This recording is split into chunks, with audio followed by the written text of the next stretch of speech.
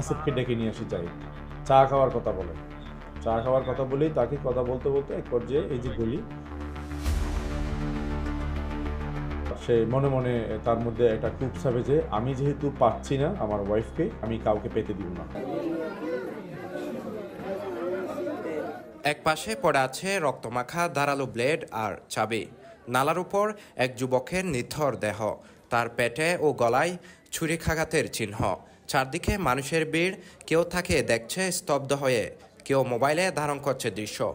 অজ্ঞাত লাশের পকেট থেকে হঠাৎ বেজে উঠল মোবাইলের রিংটোন।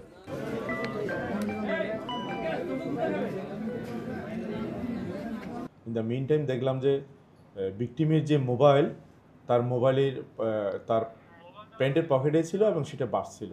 আমি মোবাইলটা হাতে নিই, তখন দেখলাম যে তার ভাবি কল করছে। তো সে কী হয়েছে জানার চেষ্টা করছে, আমার কাছে কেন মোবাইল, আমি বলি নাই। গত সোমবারের এই দৃশ্য চট্টগ্রাম নগরীর পাঁচলাশ থানাধীন হামজারবাগের সঙ্গীত আবাসিক এলাকার। সেদিন দুপুরে পরকীয়া সম্পর্কের জেরে নির্মমভাবে খুন করা হয় ওই এলাকার হাসিবকে। পরকীয়া প্রেমের এমন রক্তাক্ত পরিণতি দেখল চট্টগ্রাম শহরের মানুষ। জানা গেছে, এক প্রবাসীর স্ত্রীর সঙ্গে ফেসবুকে পরিচয় হয় নগরীর হামজারবাগ এলাকার মোহাম্মদ হাসিবের। পরে তানহা নামের ওই নারীর সঙ্গে প্রেমের সম্পর্ক গড়ে তোলেন হাসিব।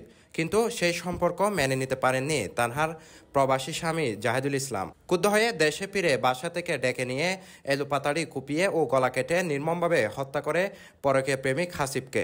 আসামি কিন্তু এই ঘটনা পরপরই আপনার বোয়ালখালী চলে যায়। বোয়ালখালী থেকে সে চলে আসে চানগাঁও মৌলভীপুকুর পার্ক, ওখান থেকেই আমরা তাকে পিক করি।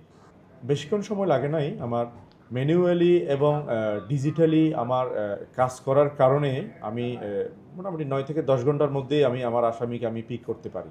সোমবার 3 নভেম্বর দুপুরে পাঁচলাশ থানাধীন মুরাদপুরের হামজারবাগ এলাকায় এ হত্যাকাণ্ডের ঘটনা ঘটে।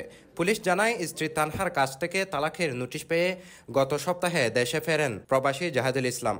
দেশে ফিরে স্ত্রীকে এবং নিহত হাসিবকে অনৈতিক সম্পর্কের বিষয়টি শেষ করতে বোঝানোর চেষ্টা করেন তিনি, কিন্তু তাতে ব্যর্থ হয়ে ক্ষুব্ধ হয়ে পড়েন জাহেদ। পরিকল্পনা করেন হাসিবকে খুন করার। যে ভিকটিমের নাম হচ্ছে হাসিব, হাসিবের সাথে এটা রিলেশন ছিল, সেটা জাহেদ জানতে পারে। গত 2.5 মাস আগে জাহেদকে এই যে তানহা মেয়েটা, ও কিন্তু ডিভোর্স দেয়, ও প্রবাসী।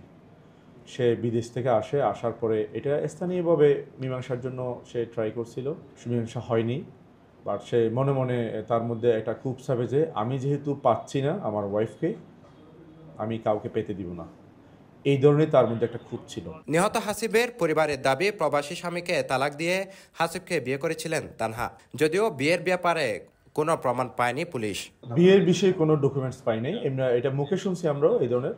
বাট মেয়েটা আমাদেরকে যেটা বললো, বিয়ে করে নাই, কারণ তাকে ডিভোর্স দেওয়া হয়েছে 2.5 মাস আগে।